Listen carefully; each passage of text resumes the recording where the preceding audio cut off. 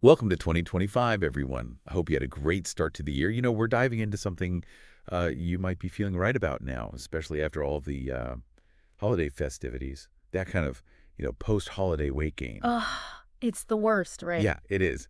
But we're not going to give you the same old diet advice. We're going way deeper this time, Mm. like beyond just the food, Mm, the cookies and the eggnog and all that. right. We really want to explore the things that might be contributing to weight gain that you don't even think about. Absolutely. I mean, we always think about what we're eating, Right. but weight gain, especially after the holidays, it can be so much more complicated than that. Our routines are totally different. Our emotions are all over the place. It's true. Think about it. Haven't you ever felt like a little slower and maybe, well, a bit rounder? Even if you didn't go totally crazy with the holiday treats. Yeah. It makes you wonder, right? Is it really just the extra calories or is something else going on? Yeah, there's definitely more to it. It's probably a bunch of different things all working together, but let's start with the emotional side of the holidays. All that pressure to make everything perfect, all the Yeah. family stuff, the social obligations, it all just builds up and creates so much Oh, tension. totally.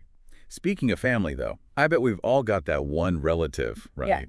The one who brings a little, shall we say, intensity to all the holiday gathering. Oh, for sure. And all that tension, whether it's family or just the craziness of the holidays, well, it affects us physically too. Our bodies react to all that stress by slowing down the metabolism. And you know what that means? What? We store more fat. It's like a survival mechanism from, way back when. Interesting. So even if we're not running from a saber-toothed tiger, Right.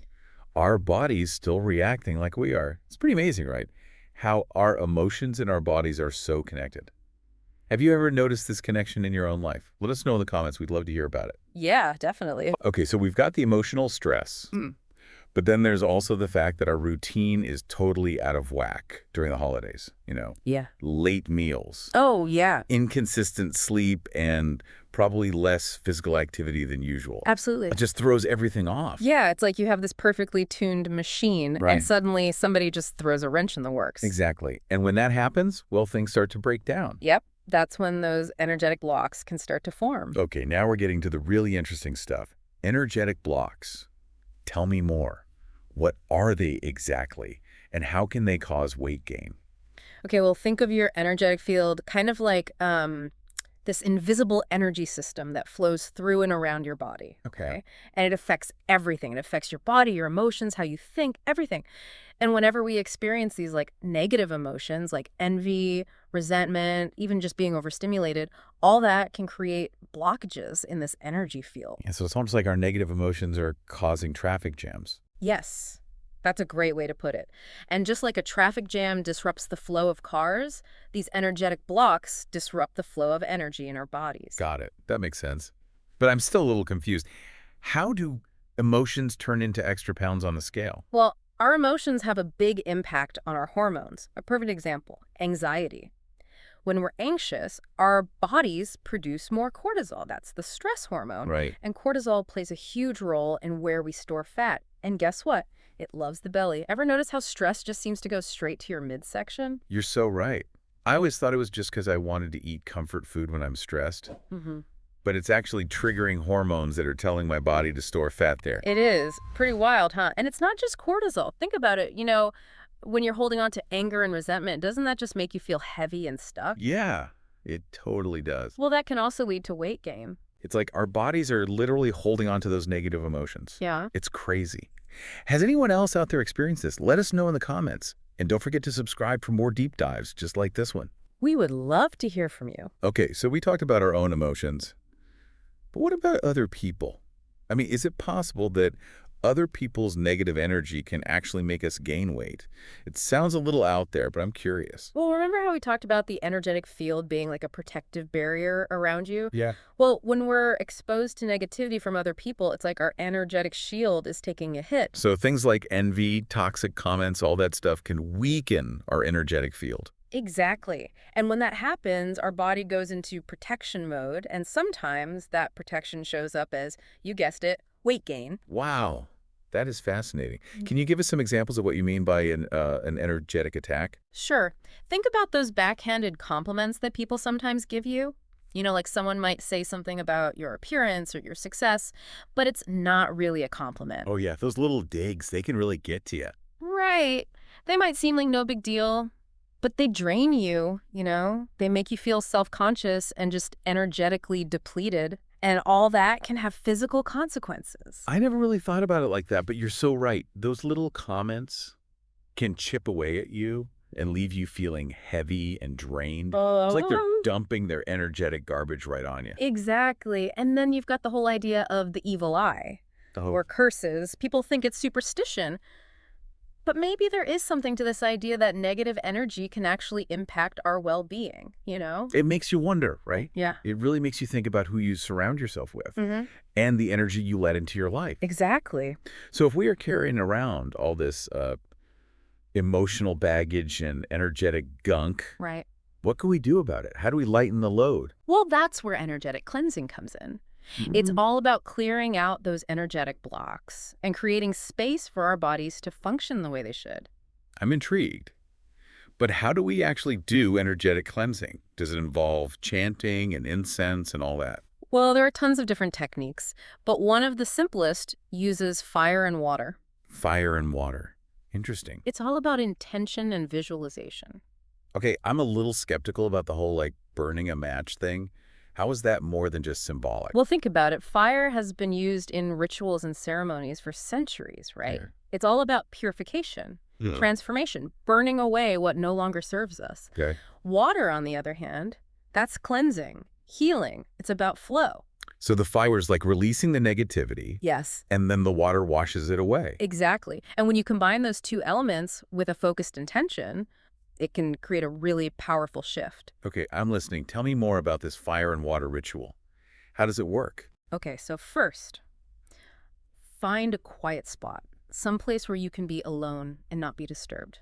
Correct. Light a match and just focus on the flame for a moment. Right. As you're watching it, visualize all that negativity, the stress, those energetic blocks just burning away. So it's like a symbolic burning of all the junk we're holding on to. Exactly. I like that. Once you feel like you've released as much negativity as you can, just carefully extinguish the match in a glass of water. Yep. And as you do that, visualize all that negativity being absorbed by the water, like it's being neutralized. That's a powerful image. Yeah. The fire burns it away, and then the water carries it back to the earth to be transformed. I like that. I'm definitely curious to try this. What about you guys out there? Have you ever experimented with energetic cleansing rituals? Tell us about it in the comments. We'd love to hear your stories. For sure. We'd love to hear what you've tried. Now, before we move on, I have one more question. Mhm. What if we do all this energetic cleansing and, the weight doesn't come off? Okay. Does that mean we're doing something wrong? Yeah, that's a great question. And it brings up a really important point. Energetic cleansing is powerful, but it's not magic. Sometimes the weight gain is a sign of something deeper, you know? Energetic imbalances that need more attention. So it's not just about clearing out the surface stuff. Right. It's about getting to the root of the problem. Exactly. Maybe there are some unresolved emotional issues or some deeper energetic patterns that need to be addressed. And in those cases, it might be helpful to work with someone, someone with experience who can help you uncover and work through those deeper imbalances. This has been so eye-opening. We've talked about everything from emotions and hormones to chakras and energy fields. I feel like I've learned so much already. Me too. But before we go, I just want to let everyone know that we'll be back soon to talk about some more practical strategies for dealing with those deeper energetic imbalances. We'll talk about how to reclaim your power and really boost your vitality. Sounds good. But before we go, is there anything else our listeners should be thinking about? Yeah, I want to leave you with this. What if losing weight wasn't about restriction? Okay. What if it was about reclaiming your power and letting go of the things that no longer serve you? That's a great question. Lots to think about. Thanks for listening, everyone. Stay tuned for part 2 of our deep dive. See you then. Welcome back to our deep dive, everyone. Last time we talked about some of the hidden factors that can contribute to weight gain. Things like emotional stress, messed up routines, those pesky energetic blocks. Yeah, it was kind of mind-blowing to realize just how much is going on beneath the surface, Yeah. when it comes to our weight. It's not just about calories in and calories out. Totally. And as we continue our exploration, we're going to shift gears a bit. We talked about why we gain weight, but now we're going to dive into the how. How to actually do some energetic cleansing, and reclaim our power. Okay, I'm ready. Where do we start? What are some practical things we can do right now to clear out those blocks and get our energy flowing again? Well, we already talked about one really powerful technique, remember? The fire and water ritual. Right, right. But there are lots of other things that can be incredibly effective too. One that I always recommend is grounding. Grounding, like literally connecting with the earth. Yes, exactly that. Have you ever noticed how much better you feel after spending time in nature? Like walking barefoot on the grass or sitting by a lake. Oh, absolutely. There's something so calming and rejuvenating about being in nature. It's like all the stress just melts away. That's because you're literally grounding your energy. The earth has a natural negative charge, and our bodies have a tendency to build up a positive charge, especially when we're stressed out or, surrounded by electronics all the time. So it's like we're plugging ourselves into this giant energy outlet and recharging our batteries. That's a great analogy. And by grounding our energy, we're releasing that excess positive charge. And that can help to reduce inflammation, it can help us sleep better, and it just promotes a sense of calm and well-being. Sounds amazing. Hmm? I'm definitely going to be making more of an effort to get my bare feet on the ground. But what about those of us who live in the city, or don't have easy access to nature all the time? Are there other ways to ground ourselves? Totally. There are a few techniques you can try even if you're stuck inside. One simple one is visualization. Oh, visualization. Just imagine roots growing down from your feet, deep into the earth. So even if we're not physically touching the earth, we can still create that energetic connection. Exactly. It's all about intention and visualization. Hmm. You can also use crystals. Some crystals, like black tourmaline or hematite, are known for their grounding properties. Just hold the crystal in your hand or place it on your body while you're meditating or just relaxing. Okay, crystals, grounding, energetic cleansing. Yeah. This is all starting to sound very ooh-woo, Right. but I have to admit, it's pretty fascinating. Well, it's understandable to be skeptical, Yeah. especially if you're new to this stuff, but Mhm. energy is real, It's all around us. It's the foundation of everything in the universe. Just because we can't see it with our physical eyes doesn't mean it's not there. That's a good point. Yeah. I mean, we can't see Wi-Fi either, but we all know it's there. Exactly. And just like we need to optimize our Wi-Fi signal for our devices to work properly, we need to optimize our energetic field so that our bodies and minds can function at their best. So energetic cleansing is like hitting the reset button on our energy system. Pretty much. And when our energy is flowing freely, we're less likely to have those blocks that can cause weight gain, fatigue, emotional problems, and all kinds of other issues. Makes sense. Yeah. But are there any specific energy blocks that tend to cause weight gain more than others? Yeah, there are a few usual suspects. One of the most common is a block in the solar plexus chakra. Okay, wait. What's a chakra again? The chakras are these energy centers located along your spine, and they each control different aspects of our physical, emotional, and spiritual well-being. The solar plexus chakra is right in the upper abdomen, and it's all about personal power, self-esteem, and your sense of purpose. So if our solar plexus chakra is blocked, we might feel less confident and have lower self-worth. Exactly. And when we feel insecure or powerless, we might unconsciously start looking for comfort in things like food or, other unhealthy habits. It's like we're trying to fill a void on the inside with something from the outside Yeah. because you don't feel whole or complete. Yes. And it can turn into this vicious cycle, emotional eating, weight gain, and even lower self-esteem. It just keeps going. So how do we unblock the solar plexus chakra and reclaim our power? There are a bunch of techniques that work. One of my favorites is visualization. Visualization, that seems to be a key part of a lot of these energy practices. It really is. The mind is so powerful. By using visualization, we can literally direct energy to specific areas of our body and create positive change. Okay, so how do we actually use visualization to unblock the solar plexus chakra? Just find a comfortable position. Sitting down is good. Close your eyes and take a few deep breaths. As you inhale, imagine that you're drawing in golden light, like from the universe, Okay. And as you exhale, visualize that golden light filling your solar plexus chakra. It's right above your navel. We're basically bathing our solar plexus chakra in this warm, healing light. Exactly. And as you keep breathing and visualizing, imagine that light dissolving any blocks or negativity in that area. You might actually start to feel a warm sensation or tingling or a sense of expansion in your solar plexus as the energy starts flowing more freely. Amazing. I can already feel a shift just thinking about it. What about you guys? Have you tried this before? Let us know in the comments. We'd love to hear about your experiences with visualization and energy work. Yeah, definitely. It's important to remember that energy work is a journey, not a destination, right? Right. It takes time and practice to clear out old patterns and create real change. It does.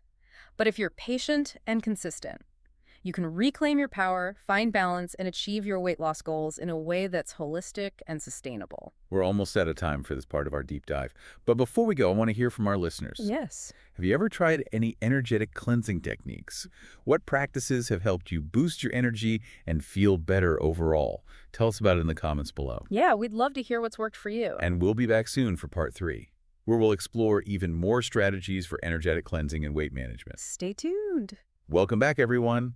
For this last part of our deep dive, we're going to explore even more ways to support your energy and well-being, especially if you're trying to lose weight. Exactly.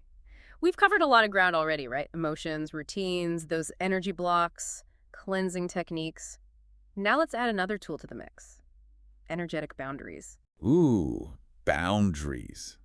That's a word I hear a lot these days, Yeah. usually when people are talking about relationships. But what does it mean when we talk about energetic boundaries?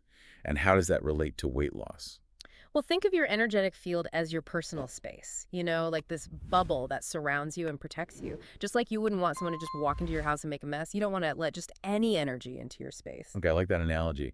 So we're talking about protecting ourselves from those energy vampires, Right. the people who just drain you with their negativity. Uh-huh. I definitely know a few of those. Exactly. Those energy vampires can really suck the life out of you, leaving you feeling totally exhausted and vulnerable. And when your energy is low, well, you're way more likely to reach for that extra cookie or skip your workout. Those energetic blocks can take hold, and that can sabotage your weight loss efforts. It's so true. When I'm feeling drained or overwhelmed, my willpower just goes right out the window. I'm way more likely to give in to cravings or just not have the energy to exercise. And it's not just about avoiding negative people either. It's also about being mindful of the environments you're in, the media you consume, even the thoughts that you allow to just hang out in your mind. So it's like we need to become these energetic gatekeepers, carefully choosing what we allow into our space. But how do you actually set those energetic boundaries? It all sounds a little abstract. It's actually easier than you might think. You can start with a simple visualization. Imagine a protective shield all around your body, a bubble of white light that just repels any negativity or unwanted energy. Ooh, it's like we're creating our own personal force field. Yes. And you can strengthen that force field even more with affirmations. You can say things to yourself like, I am protected. My energy is my own. I choose to surround myself with positivity and light. That's so powerful. It's like we're taking back control of our energy and creating a more positive, supportive environment for ourselves. Exactly. And remember, setting boundaries isn't about being selfish. It's not about shutting yourself off from the world. It's about honoring your own needs and protecting your energy so you can show up as your best self. It's like that saying, you can't pour from an empty cup. You have to take care of yourself first before you can really give to others. That's a great way to put it. Okay, so we've talked about emotions, disrupted routines, energetic blocks, cleansing techniques, and now energetic boundaries. Is there one key takeaway you want our listeners to remember, especially if you're trying to lose weight? I think the most important thing to remember is that your weight isn't just about what you eat. It's a reflection of your overall well-being, your physical, emotional, and energetic state. So it's not just about counting calories and going to the gym. It's about taking a more holistic approach to our health. Absolutely. And by incorporating these energetic practices like grounding, setting boundaries, and all the other things we've talked about, you can create a more supportive environment for your body to naturally release weight. It's about shifting from a place of restriction and forcing things to a place of alignment and flow. Exactly. When we're in alignment with our true selves, weight loss can become a natural part of living a vibrant and fulfilling life.